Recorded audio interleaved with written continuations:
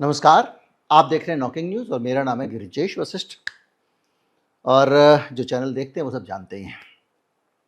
आज मैं एक बड़ी दुनिया की एक ऐसी खबर की तरफ आपको ले जाने वाला हूँ जो दुनिया को हिला देने वाली है। बेरोजगारी, गरीबी, बिजनेस ठप होना, कंपनियां बंद होना, यानी मंदी से भी बुरे हालात। 2008 की जैसी मंदी थी वैसे हालात की चेतावनियां बार बार परिस्थितियां दे रही हैं, हालात दे रहे हैं। और हर तरफ इस तरह के अगर आप डीप रिसर्च करें तो इंडिकेटर्स मिल रहे हैं, संकेत मिल रहे हैं जो ये बताते हैं कि बहुत ज़्यादा दिन दूर नहीं है इस दुनिया की मुसीबत, इस दुनिया की परेशानी। क्यों हो रहा है, किसके कारण हो रहा है, इसको आप सब जानते हैं, लेकिन अभी हम उस पर नहीं जाएंगे। हाँ, इस प्रोग्राम में मैं कोशिश करूंगा कि चलते जाने से पहले आपको ये ज़रूर बता दूं कि ये सब तबाही डोनाल्ड ट्रंप को करके क्या फ़ायदा होगा, इसकी भी झलक आपको मिलेगी। आपको समझ में आएगा कि ये गोरबाचेव नहीं है जिसने बगैर अपने फ़ायदे के किसी और के फ़ायदे के लिए सोवियत संघ को तोड़ दिया, डुबो दिया, बल्कि डोनाल्ड ट्रंप के कुछ अपने फ़ायदे भी दिखाई दे रहे हैं। वो क्या फ़ायदे हैं, वो कैसे फ़ायदा करना चाहता है, इस पर भी हम थोड़ा ध्यान डालेंगे।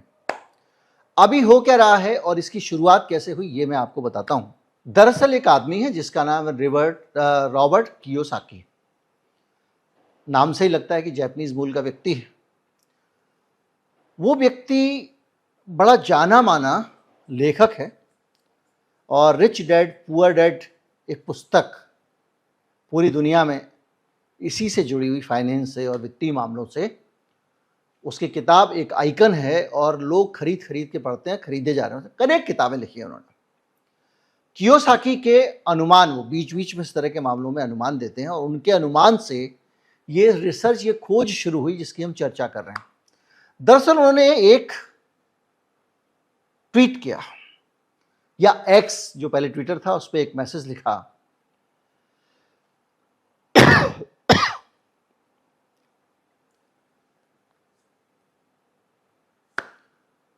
उन्होंने लिखा मैसिव क्रैश बिगनिंग, और ये लिखा कैपिटल लेटर में। जो लोग भाषा, इस तरह की सोशल मीडिया की भाषा या इलेक्ट्रॉनिक कम्युनिकेशन की भाषा जानते हैं, या जो ये जानते हैं कि मेल में कौन सा प्रोटोकॉल होता है, उनको ये पता है कि जब कुछ ऑल कैपिटल लिखा जाए इसका मतलब होता है कि आप चीख चीख के, चिल्ला चिल्ला के कुछ कह रहे हैं।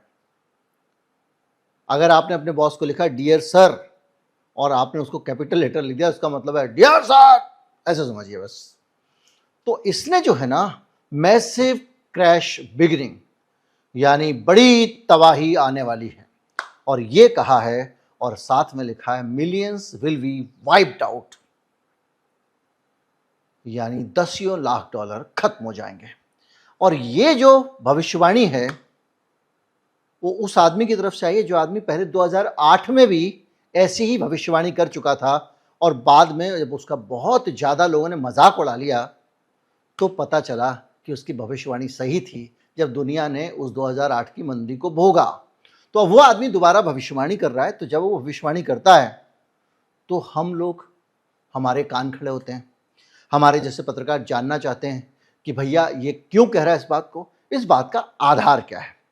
तो हम इस आधार को समझने की कोशिश करते हैं और उससे पहले समझते हैं कि ऐसी भविष्यवाणी किसी और ने भी की थी क्या, या कोई और भी इस तरफ ध्यान दे रहा है। तो हमारी नज़र पड़ती है इन कुछ नए ट्रेंड पे।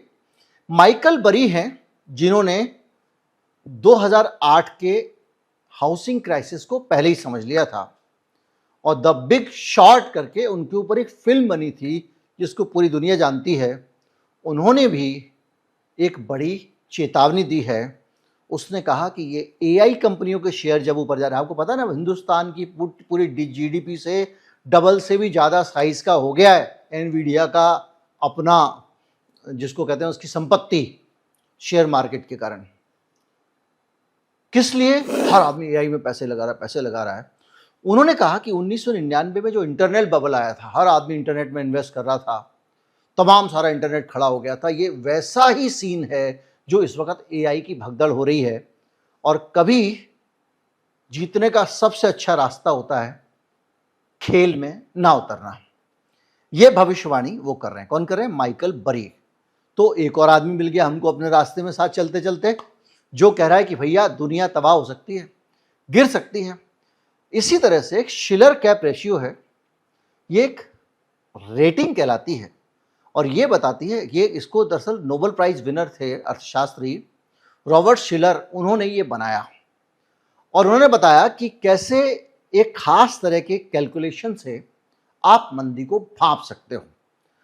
S&P 500 की कीमतें उसकी 10 साल की औसत कमाई की तुलना में कितनी ज़्यादा है?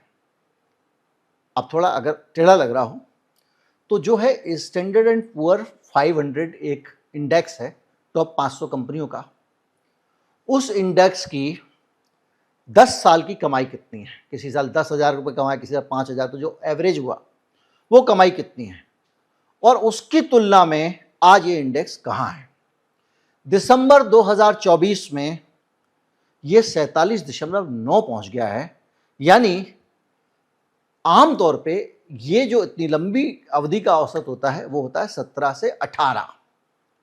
मतलब क्या है? ये इंडेक्स 37 के आसपास चल रहा है, जबकि इसको 17-18 चलना चाहिए। इसका मतलब क्या हुआ? इसका मतलब ये हुआ कि जो टॉप 500 कंपनियां हैं अमेरिका की, वो अपनी औकात से ज़्यादा, बहुत ज़्यादा महंगी हैं। उनको 18 रुपये होना चाहिए था, वो 37 रुपये, मतलब दुगने के आसपास है। और ये स्तर जो बताता है ये खतरनाक बताता है। तो क्या हुआ? ऐसी सिचुएशन 2 बार आई है इससे पहले शेयर बाजार में अमेरिका के। क्या? एक आई है .com बबल में 2019 में, और एक आई है 2021 में, जब पैंडेमिक रैली आई थी, जब हमारा कोरोना फैला था। मतलब ये कि सामान्य परिस्थितियों में इतना ज़्यादा ये इंडेक्स नहीं जाता है। तब फिर एक बड़ा झगड़ा कि ऐसा क्यों हो रहा है। तो इसके बाद हम आते हैं दुनिया के सबसे महान इन्वेस्टर जिनको माना जाता है, वॉरेन बफेट की तरफ। अब मतलब हमको 3 आदमी मिल चुके हैं जो इस बात की पुष्टि कर रहे हैं। वॉरेन बफेट कहते हैं, उन्होंने क्या किया कि एक इंडिकेटर बनाया, एक हिसाब बनाया। उन्होंने भी एक लॉजिक दे दिया, भैया 2 और 2 होगा तो 4 होगा, तो समझना ऐसा हुआ। वो ये कह रहे हैं कि देश की कुल मार्केट कैप, यानी जितना भी सारे कंपनियों के शेयर बाजार में बिक रहे हैं, उनकी सब की कीमत मिला के जीडीपी से कितनी ज़्यादा है। यानी पूरा देश मिलके जो उत्पादन कर रहा है, सारी फैक्ट्रियों में मिला के अमेरिका की जो उत्पादन हो रहा है, जो चीज़ें बन रही हैं, उससे कितना ज़्यादा शेयर मार्केट का रेट है। इसके आधार पर आप पता लगा सकते हो कि मार्केट में कितना बबल है, क्या फूटेगा, कितना मार्केट गिरेगा। ये किसका है? वॉरेन बफेट का। वो कह रहे हैं कि 2025 के मध्य तक ये अनुपात 217 से 224 के बीच था। यानी अमेरिका की पूरी इकोनॉमी से डबल से ज्यादा साइज शेयर बाजार का हो गया है। इतना चरम स्तर 125% का 2000 में देखा गया था, अभी तो 217 और 224 पहुंच गया है। तो वॉरेन बफेट का जो इंडिकेटर है उसके हिसाब से भी स्टॉक मार्केट अंधाधुंध ऊपर है अमेरिका का। यानी सब कुछ बुलबुलाए हवा हवा में है। 2 रुपए की चीज मैंने आपको कहा मैं 3 में खरीदता हूं, कल मैंने कहा 4 की मिलेगी, दूसरे ने 4 में खरीद ली। परसों उसने कहा कि 5 की बिकेगी, तो दूसरे ने 5 की खरीद ली। उसकी वास्तविक कीमत से कई कई गुना ज्यादा वो चीज बाजार में बिक रही है। आप सोचो, जितने का माल टोटल अमेरिका बना रहा है, उससे दुगना शेयर का रेट हो जाए, तो इसका मतलब शेयर बाजार हवा में है, हवा में ही है, वो जमीन पे नहीं आ रहा है। ऐसे में एक और विद्वान जो है उनकी बात पे हम जाते हैं। यानी पिछली बार जब क्रैश हुआ था वॉरेन बफेट वाले के हिसाब से, तो तब 125 था, अब तो 200 कुछ पहुंच गया है। यानी 217-18 पहुंच गया, 224 पहुंच गया। अब इसका एक और लॉजिक लेते हैं। एक नियम है अर्थशास्त्र का। यह नियम कहता है कि मार्जिन डेट कितना है, इस पे निर्भर करता है कि मार्केट में कितनी हवा है। अब ये क्या है? और इसी से यह भी पता चलेगा कि किस तरह से दुनिया बर्बाद होने वाली है, कितनी तगड़ी बर्बाद होने वाली है। अब ये अमेरिका का एनालिसिस है, इसके आधार पर भारत पे क्या असर पड़ेगा इसको समझना पड़ेगा, वो समझाएंगे हम आपको। मतलब हम क्या समझाएंगे साहब, हमको बहुत ज्ञानी आदमी नहीं है साहब, ये सब पता करके रिसर्च करके पढ़ के सब तरह से निकाल के 4-6 घंटे लगाते हैं और वो ला के आपको दे देते हैं। हमको कोई बहुत अधिक नॉलेज नहीं है, जो आपने हमको आज हम आपको बता रहे हैं, ईमानदारी की बात है कि 15 दिन बाद हो सकता है इसमें आधी बातें हमको याद ना रहें, क्योंकि इतना ज़्यादा डेटा का ट्रैफिक दिमाग में होता है, मेमोरी लिमिटेड होती है दिमाग की, तो पहले पुराना उड़ाना पड़ता है तब नया घुसता है। तो हम आपको जो बता रहे हैं, हम कोई भी ऊंची बात नहीं करते, फालतू बात नहीं करते, आपने देखा होगा, और कोई भी इस तरह की बात नहीं करते हैं बड़ी वाली, ना हम कोई एक्सट्रीम बात करते हैं आज मोदी का ये हो जाएगा वो हो जाएगा। भैया जो यथार्थ है वो आपके सामने रखते हैं, मेरी नज़र में जो यथार्थ है वो गलत भी हो सकता है। खैर, तो मार्जिन डेट की जो थ्योरी बताती है कि ये कितना ज़्यादा है, लगभग 94 लाख करोड़ तक मार्जिन डेट पहुंच गया है सितंबर 2025 में। अब ये क्या होता है मार्जिन डेट? मतलब जो शेयर कर्जा लेके खरीदे गए, यानी शेयर बाजार में जो मैंने बताया, एक का माल 2 में बिक गया, 2 का 4 में, 5 में बिक गया, ये जो महंगा बिक रहा है कर्जा लेके बिक रहा है। आदमी को बताया मैं 4 का खरीद रहा हूं, 5 का बेच दूंगा, कोई बात नहीं, कर्जा ले लो, फला जगह से लोन ले लो, यहां से लोन लो, इससे लोन उठा लो, या उल्लू बना के लोन उठा लो, शेयर का दाम बढ़ा के लोन उठा लो, कई तरीके से लोन उठा लो। तो लोन ले लेके जो शेयर बाजार ऊपर गया है वो सबसे खतरनाक दिखाई दे रहा है। उसके हिसाब से जो अमेरिकी जीडीपी के 3.5 गुना से ज्यादा हो गया है। मतलब जितना अमेरिका की पूरी जीडीपी है उसका 3.5 गुना कर्जे से शेयर खरीदे गए। इसके कारण ये खतरनाक स्थिति है। 2000 का बार बार रेफरेंस आ रहा है, जब पूरी अर्थव्यवस्था गिर गई थी और दुनिया हिल गई थी, उस वक्त ये केवल 2.6 था और अब 3.5 हो गया है, यानी 2000 से भी ज़्यादा खतरनाक। और 2007 में जब 2008 की मंदी आई थी, जो ताज़ा हम लोग की याद में है, उसमें भी ये करीब 2.5 के आसपास था, जो अब सीधे 3.5 पहुंच गया है। यानी ये एक लॉजिक भी है जो हमको बता रहा है कि किस तरह से अमेरिका का जो शेयर बाजार है, अमेरिका पूरे एक हवा में उड़ रहा है, और उस हवा में उड़ाने के पीछे सबसे बड़ी भूमिका एआई के शेयर्स की है। सबको लग रहा है एआई पता नहीं दुनिया में क्या कर देगा, झोंक के जाओ पैसा, एआई खरीदो, एआई खरीदो। खूब सारा इतना एआई खरीद लिया कि अब वो जो है वो एआई अपने बोझ से ही डगमगा रहा है, गिर जाएगा एकदम, जैसे कार्टून नेटवर्क में होता है ना, वो जेरी के ऊपर टॉम कोई ज़्यादा सा वजन रख देता है, बेचारा हिल के चल रहा होता है, और ये कभी भी गिर जाएगा। एक ग्रुप है 7 कंपनियों का जिसका नाम है मैग्निफिसेंट 7। ये बेसिकली वो कंपनियां हैं जो सबसे बड़ी ऊपर वाली कंपनियां हैं, जिसमें एनवीडिया नंबर 1 है, आजकल तो उसके ही जलवे हैं, माइक्रोसॉफ्ट है, एप्पल है, अमेजॉन है, अल्फाबेट यानी गूगल, मेटा और टेस्ला। इन सारी कंपनियों की जो टोटल वैल्यू है वो यूरोप, ब्रिटेन, जापान, भारत और कनाडा से भी में की जितनी भी कंपनियां लिस्टेड हैं, मतलब इनकी जितनी भी कंपनियों के शेयर बाजार में हैं, उनकी सब की वैल्यू मिला लो, उतनी वैल्यू अकेली इन 7 कंपनियों की है। यानी इन 7 कंपनियों के अंदर इतना पैसा झोंका हुआ है, जिनमें से एक आपको सीधे सीधे ये समझ लीजिए कन्फ्लिक्ट है, थोड़ा रुक के समझ लेते हैं। एनवीडिया मैंने आपको बताया कितना फूला हुआ, एआई वाला। अगर एआई की हवा निकलती है मान लीजिए, तो क्या होगा? और अगर एआई सच में उतना ऊंचा चला जाता है तो माइक्रोसॉफ्ट का क्या होगा, गूगल का क्या होगा? अपने आप में कंट्राडिक्शन है। लोगों के पास पैसे उधार लिए जा रहे हैं, लगाए जा रहे हैं, उधार लिए जा रहे हैं, लगाए जा रहे हैं, लेकिन जब ये हवा निकलेगी, जब ये पूरा गिरेगा, जब ये वास्तविक स्थिति में जाएंगे, तो कितनी खतरनाक स्थिति होगी, इसको समझना भी जरूरी है। और ये समझने के लिए हमको ये जानना पड़ेगा कि इस तरह से जब बबल गिरता है तो क्या होता है। एक तरीका तो यह है कि इसको नीचे उतारा जाए। कैसे उतारा जाए? फोन में, भैया दादा भैया नीचे आ जा, बाबा नीचे आ जा, तेरे को लड्डू मिलेगा। जैसे वो मथुरा में बंदर जब चश्मा ले जाता है तो उसको कहते हैं ना लोग, ले भाई फ्रूटी पकड़, तो ऊपर चश्मा फेंक देता है। तो इस तरह से शेयर बाजार को धीरे धीरे उतारा जाए। ये पेड़ पे चढ़ा हुआ है, गिरेगा तो हड्डी बसली टूट जाएगी, और शेयर बाजार गिरेगा तो शेयर बाजार की अपनी कोई हड्डी बसली नहीं होती, जनता की टूटती है, इन्वेस्टर की टूटती है, और छोटे इन्वेस्टर की, मझोले इन्वेस्टर की टूटती है। तो सॉफ्ट लैंडिंग जो है वो अगर करें तो एक बदलाव आ सकता है, क्योंकि ये पूरा शेयर बाजार किससे चल रहा है? कर्जे के पैसे से। अब अगर फेडरल रिजर्व ये कहे अमेरिका का कि भैया अब जो है ब्याज दर जो है वो आपको धीरे धीरे हम कम कर रहे हैं और मुनाफा हो जाए वास्तविक, तो चीज़ें थोड़ी स्थिर हो सकती हैं। इसके अलावा अगर एआई सेक्टर में असफलता दिखी, ये बबल फूट गया, तो ये भी हो सकता है कि नेस्डेक और निफ्टी की सीधे 20 से 30% गिरावट आ जाए। और जब ये होता है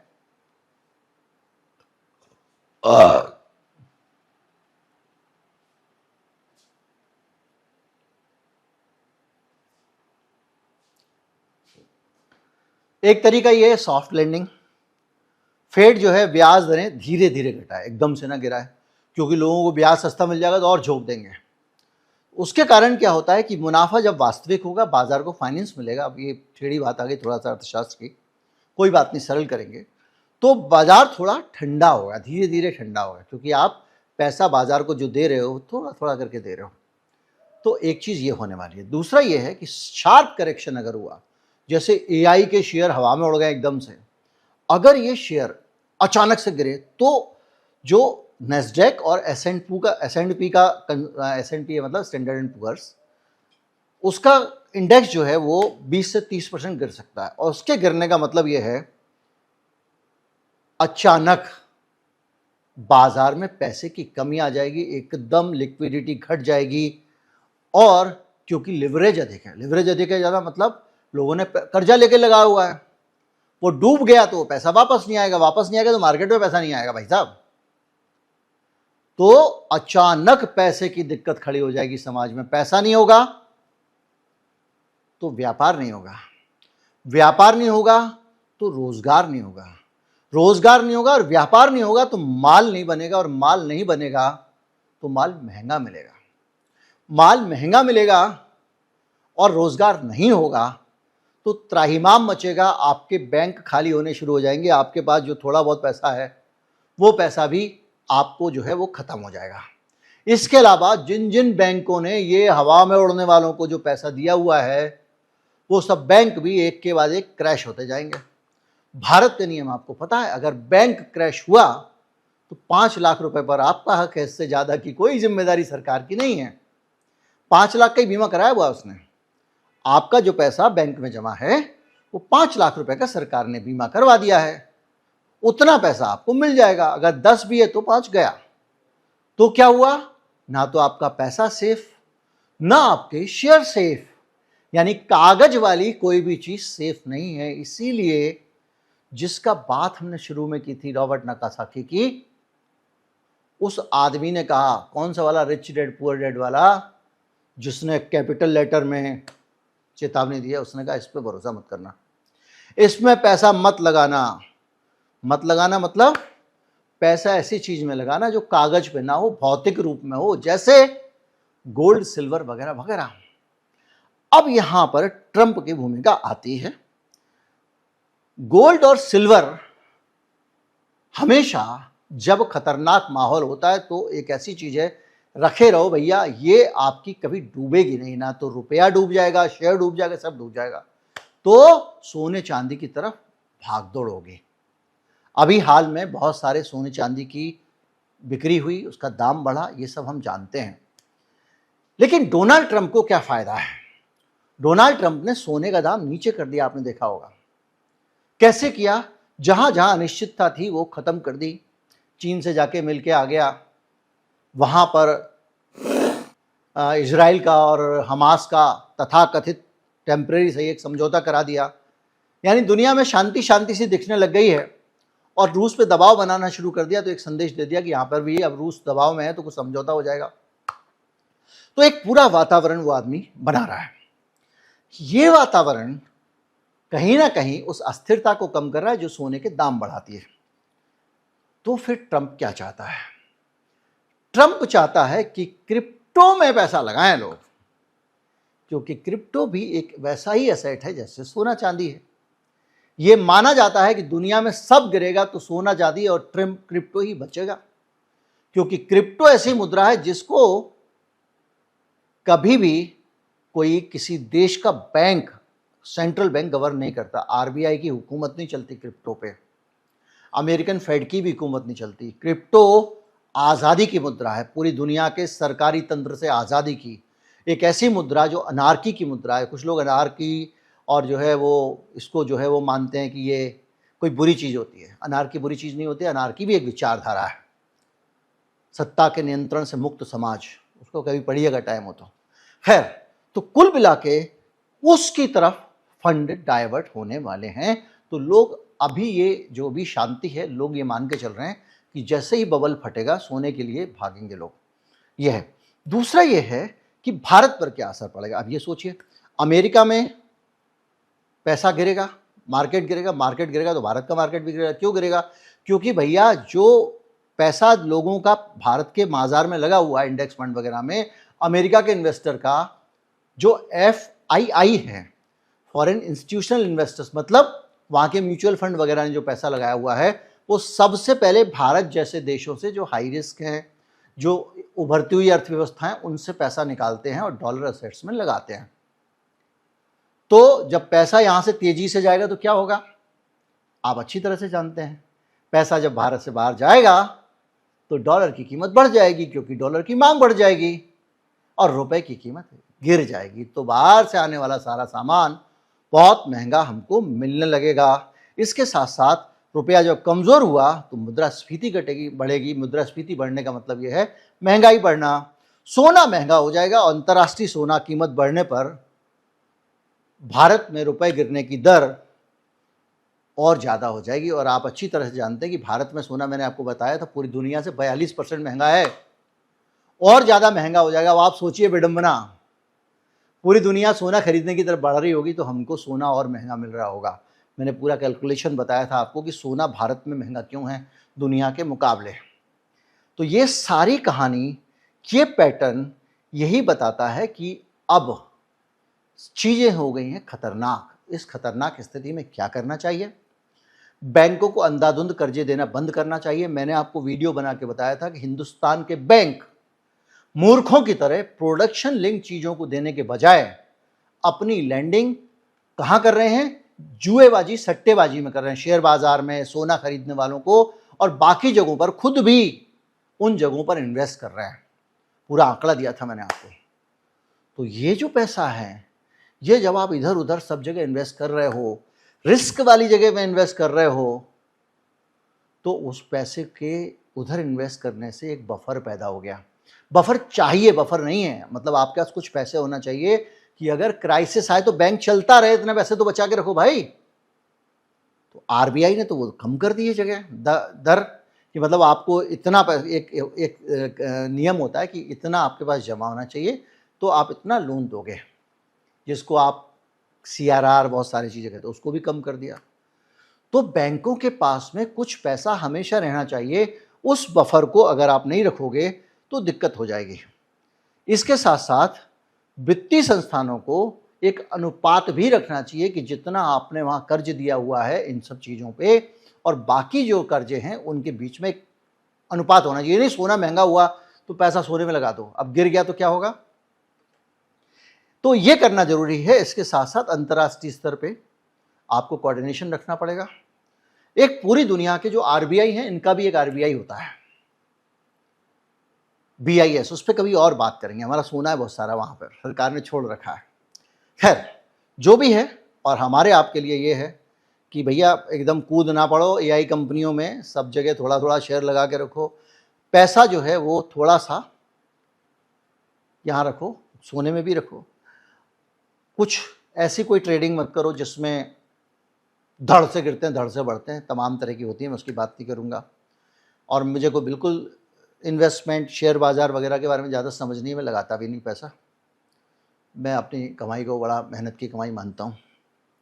तो ऐसी जगहों पर रखें जहाँ पर रिस्क ज़्यादा ना हो और ट्रेड की बजाय वैल्यू और क्वालिटी को ध्यान दो। ऐसा करोगे तो आप थोड़ा सुरक्षित रह सकते हो। लेकिन जितना पूरा विद्वानों का मत मैंने आपको शुरू से बताया, जो फैक्टर्स बताए, जो फार्मूले बताए, सारे के सारे विद्वानों के फार्मूले बताए, सारे गणित बताए, नोबेल प्राइज विनर से लेके वॉरेन बफेट से लेके एक ऐसे आदमी का जो पहले दोनों मंदियों की भविष्यवाणी कर चुका था, सब कुछ, और साक्षात दिख रही परिस्थितियां ये बताती हैं अरे एनवीडिया 25 साल 50 साल में इतना पैसा नहीं कमा पाएगी भाई एआई से, जितना पैसा लोगों ने उसको दे दिया है।